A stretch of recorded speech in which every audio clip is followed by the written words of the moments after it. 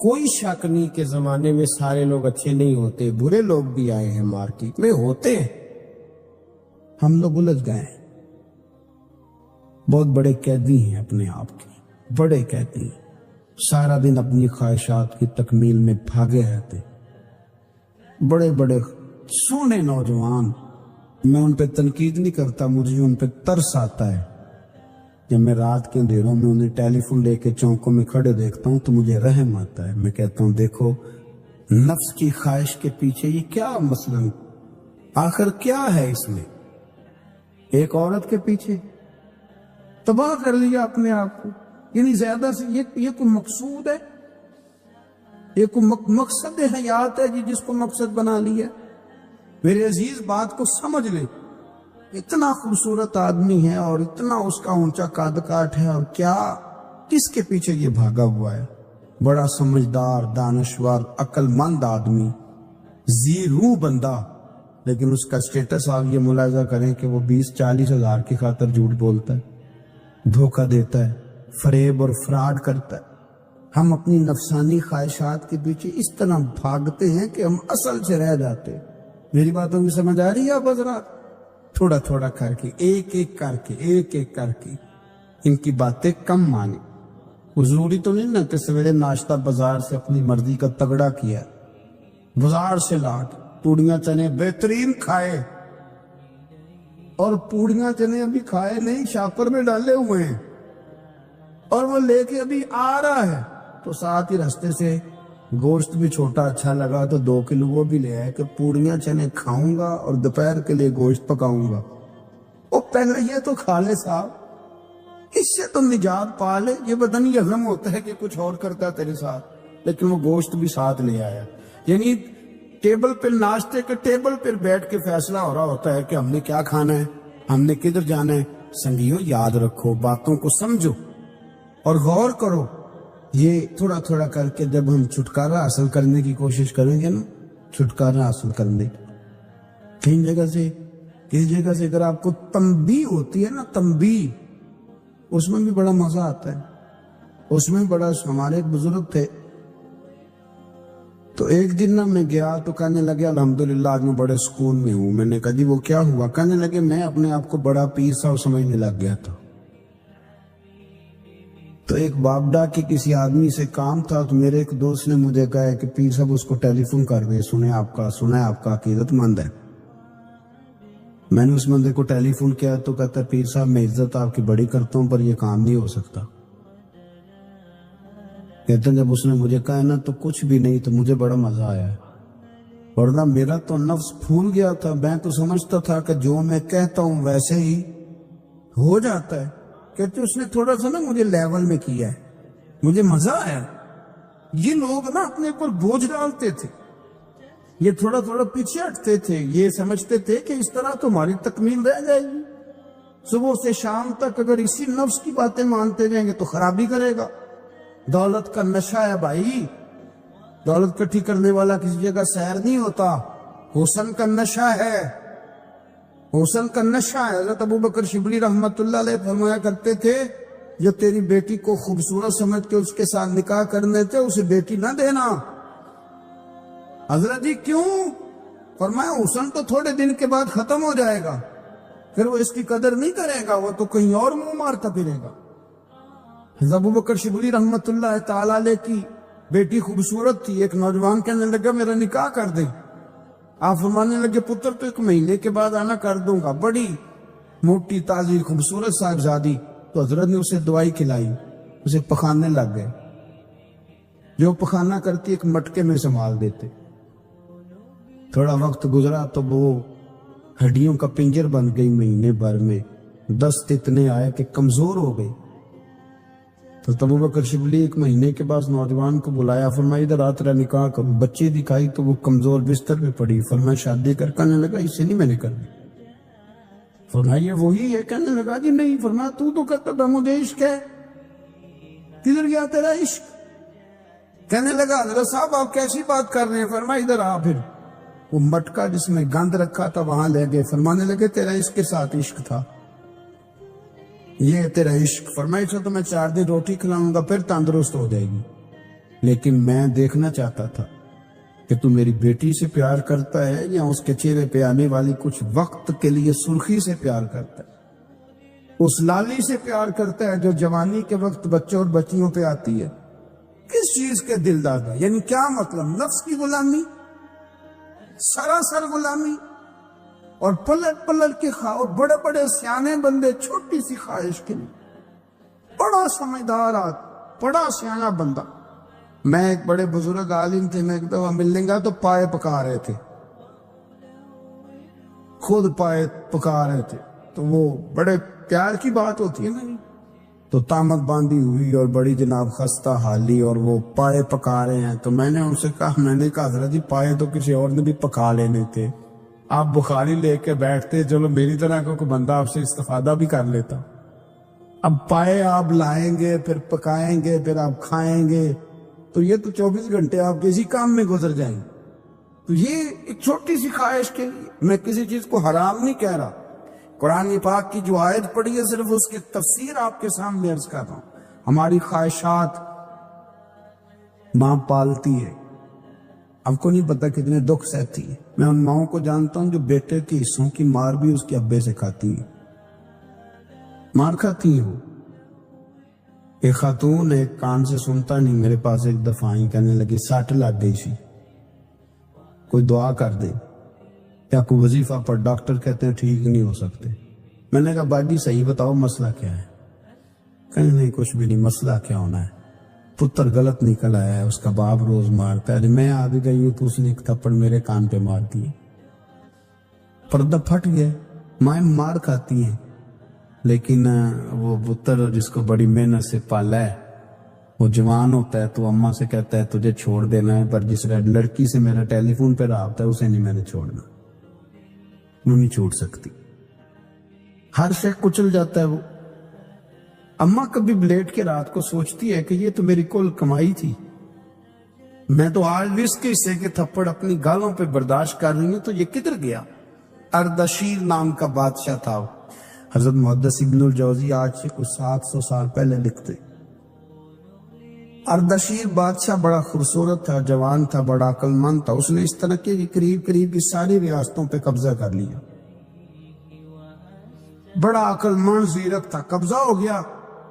ایک بادشاہ بڑا سخت تھا، اس کے ساتھ جب پنجہ آزمائی ہوئی تو اردشیر کہتا ہے اس پہ میرا قبضہ نہیں ہو رہا تھا، اور جب ہم نے ساری ریاستوں نے مل کے اس پر حملہ کیا تو ایک قلعے کے اندر قلعہ بند ہو گیا۔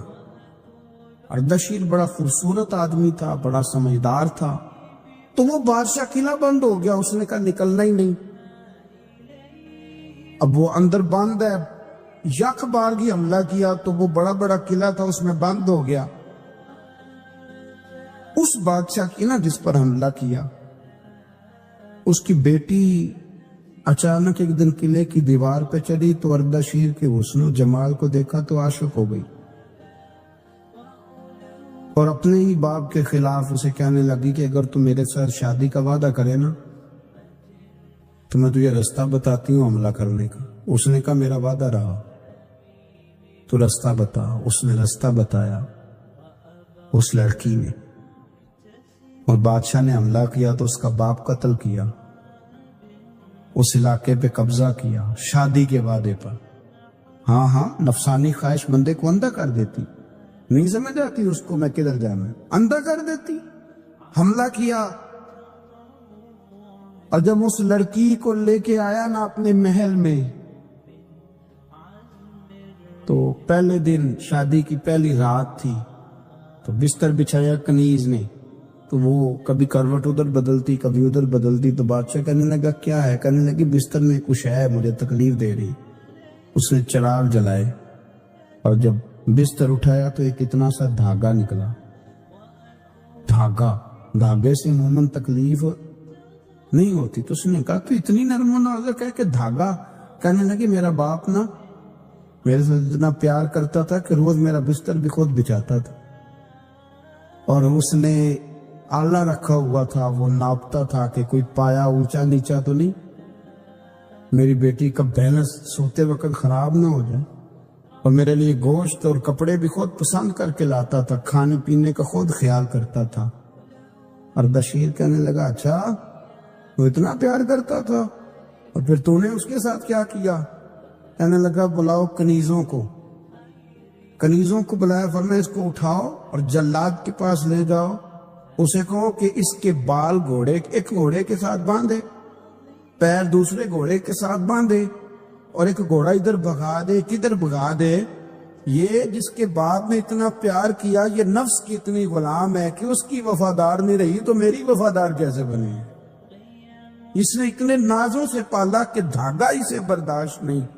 او یارو، یاد رکھو اگر نفس کی غلامی کرو اور بڑے بڑے وفاداروں کو چھوڑ کے غلامی کرو تو پھر کہو وفادار مل جائیں، کوئی بول ہوا لڑا نہ بول بیٹھے۔